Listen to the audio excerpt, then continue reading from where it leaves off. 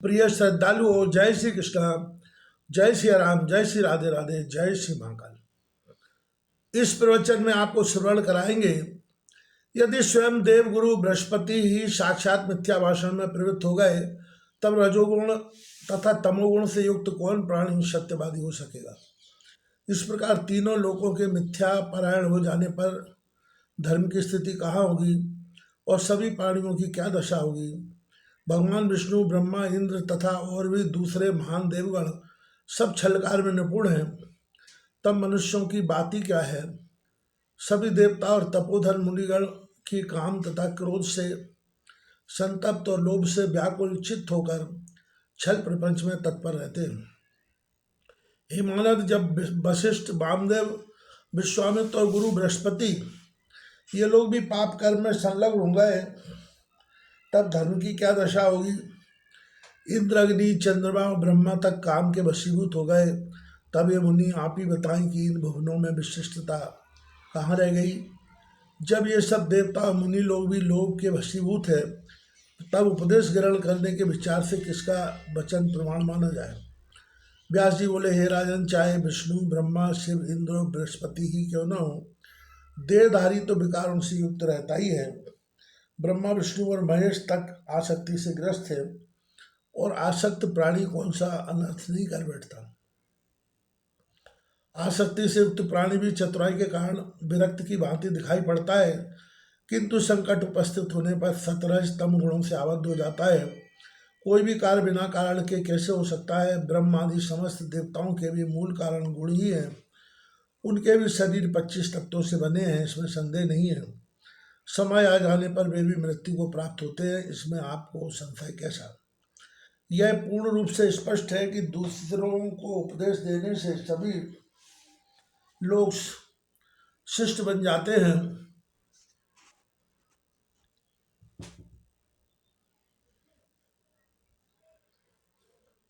किंतु अपना कार्य पढ़ने पर उस उपदेश का पूर्णता लोप हो जाता है।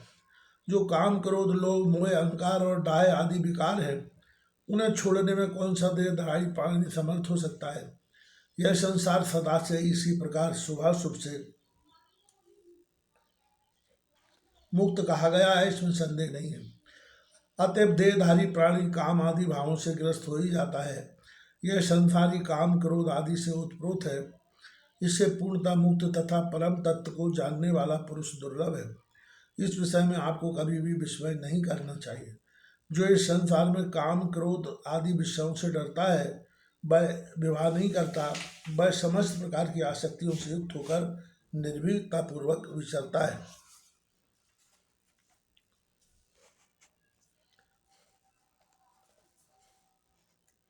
इसके विपरीत संसार से आबद्ध होने के कारण ही बृहस्पति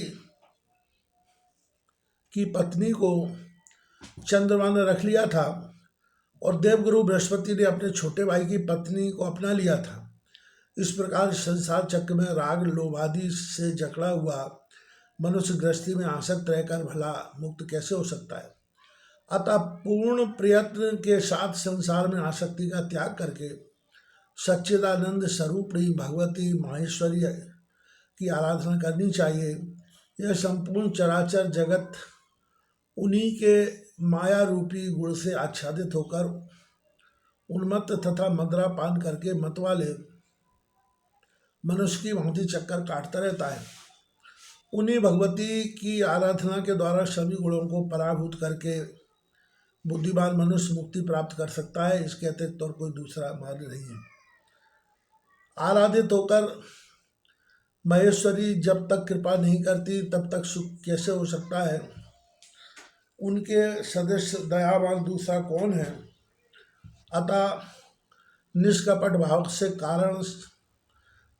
भाव से करुणा सागर भगवती की आराधना करनी चाहिए, जिनके भजन से मनुष्य जीते जी मुक्ति प्राप्त कर सकता है।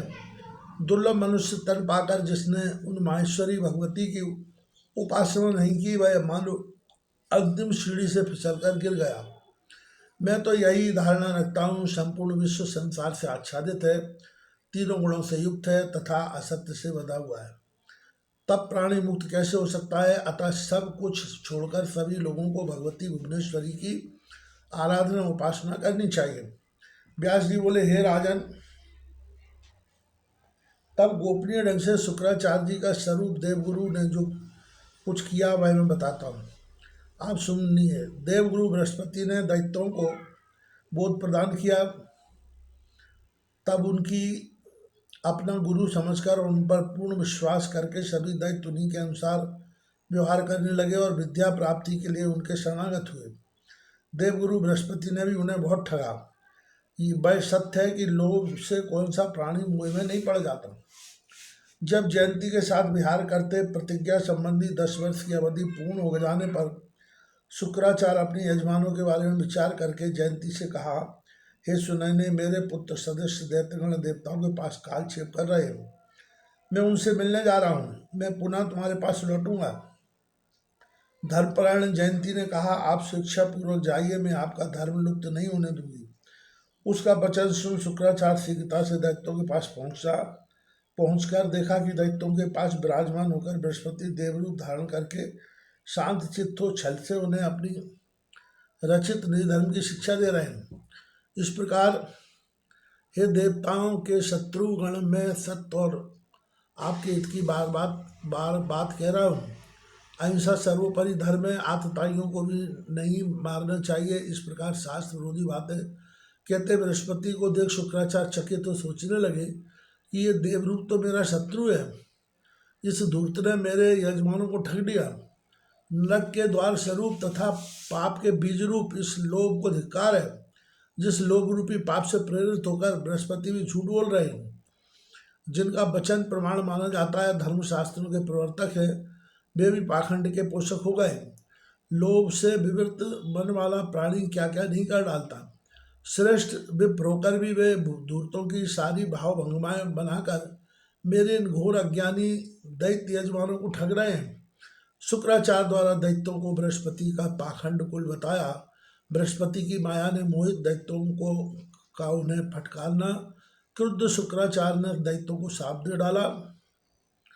बृहस्पति अंतर्ध्यान हो गए। प्रहलाद ने शुक्राचार्य से क्षमा मांगी और शुक्राचार्य दैत्यों को प्रारब्ध की को बल बता दिया।